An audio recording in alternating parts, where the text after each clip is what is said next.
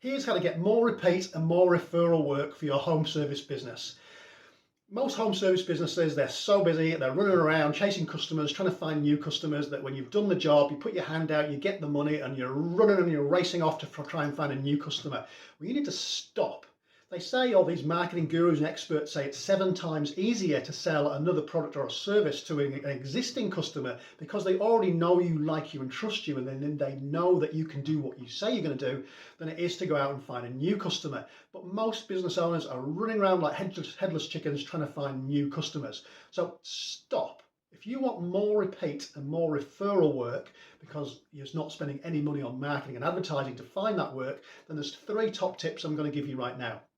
Tip number 1, it's really simple, really easy, is when you finish the job, just showing off the work that you've done, no matter what service or product it is, show it off, and then just ask for referrals. And you can just do this, just slip into conversation casually. You don't have to feel nervous, and definitely don't be salesy about it, but just say, hey, look, as you know, most of my work comes from repeat and referral work. If you happen to know anybody who's looking for this kind of XYZ job that you've done, it'd be great if you could just mention my name. Thanks very much.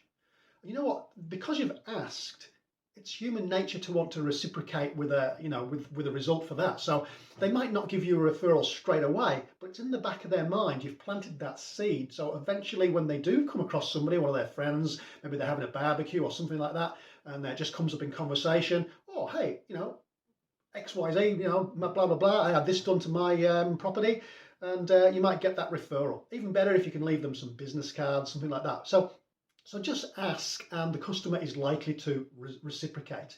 Now, obviously, there's a bit of a caveat here. You've got to actually wow your customer. You've got to do a really good job at whatever it is that you do. You've got to be the best in your price range, and just do a fantastic job. Otherwise, they ain't ever going to give you a referral. So tip number 1 is just ask verbally. Tip number 2 is very similar. It's to say thank you in a more formal way, if you like, and that's using a thank you card.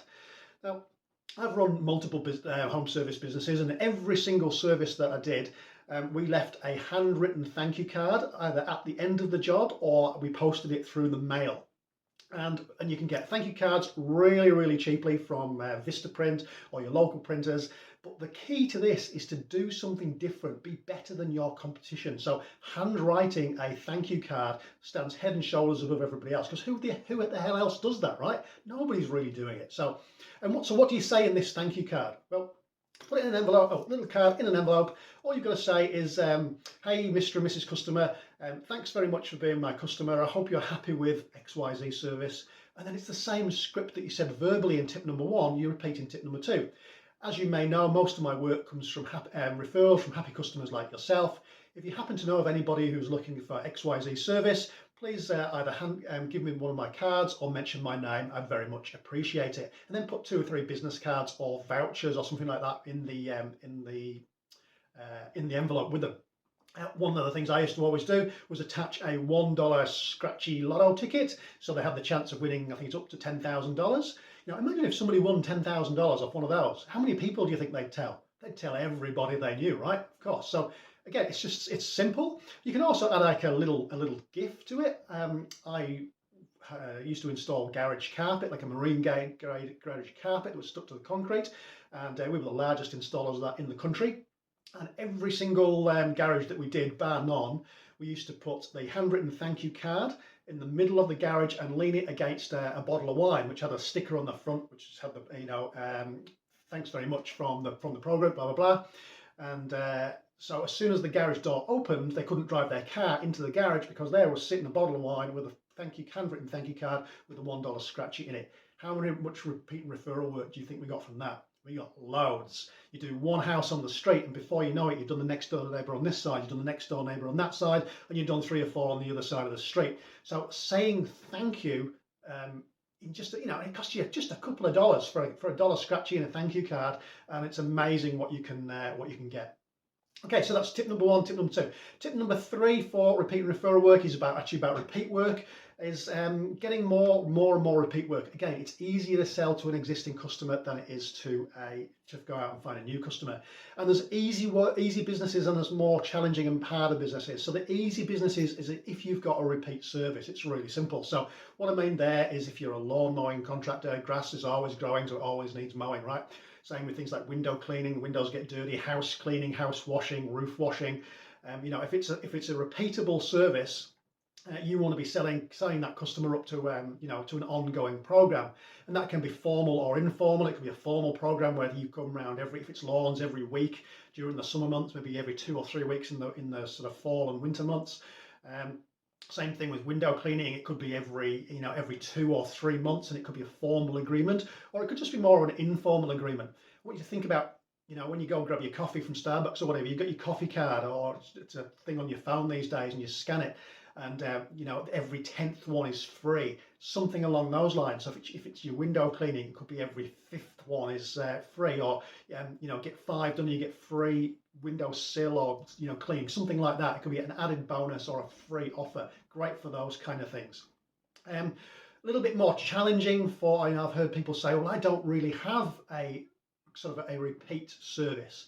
And that's fine. I totally get that. You might have a one-off kind of service, but is there anything that you can do to try to stimulate that sort of more work from that particular customer?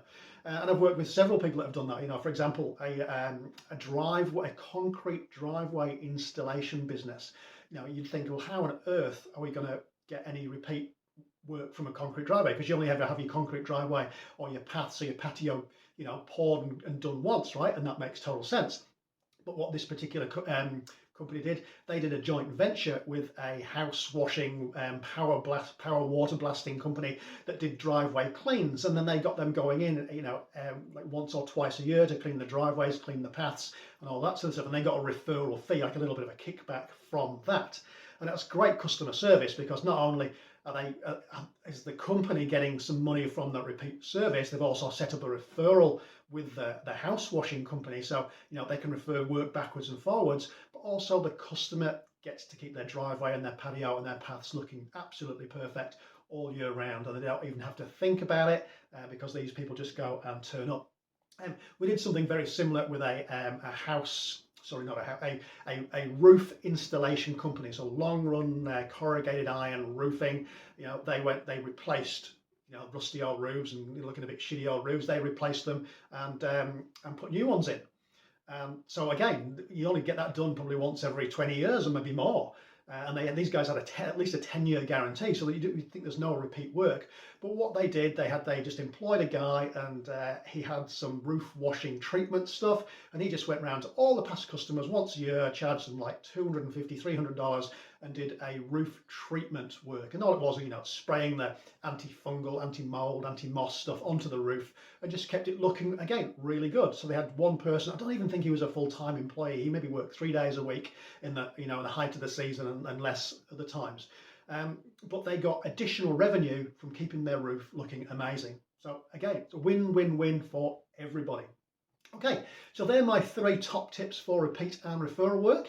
If you like this kind of content and you're interested, excuse me, got a frog in my throat, you want to know more, I've got a free 5-part mini course at homeserviceblueprint.com. I'll stick a link in the description below. And if you could also give us a like and maybe want to subscribe and hit the bell notification as I publish more content. But definitely go check out the free 5-part mini course. It's just over 30 minutes long, so it doesn't take a long time. Homeserviceblueprint.com, and gives you lots of hints and tips to generate more leads, turn those leads into more high-paying customers, and make more money in your home service business. Okay, that's it for now. Joe signing off. I'll see you later.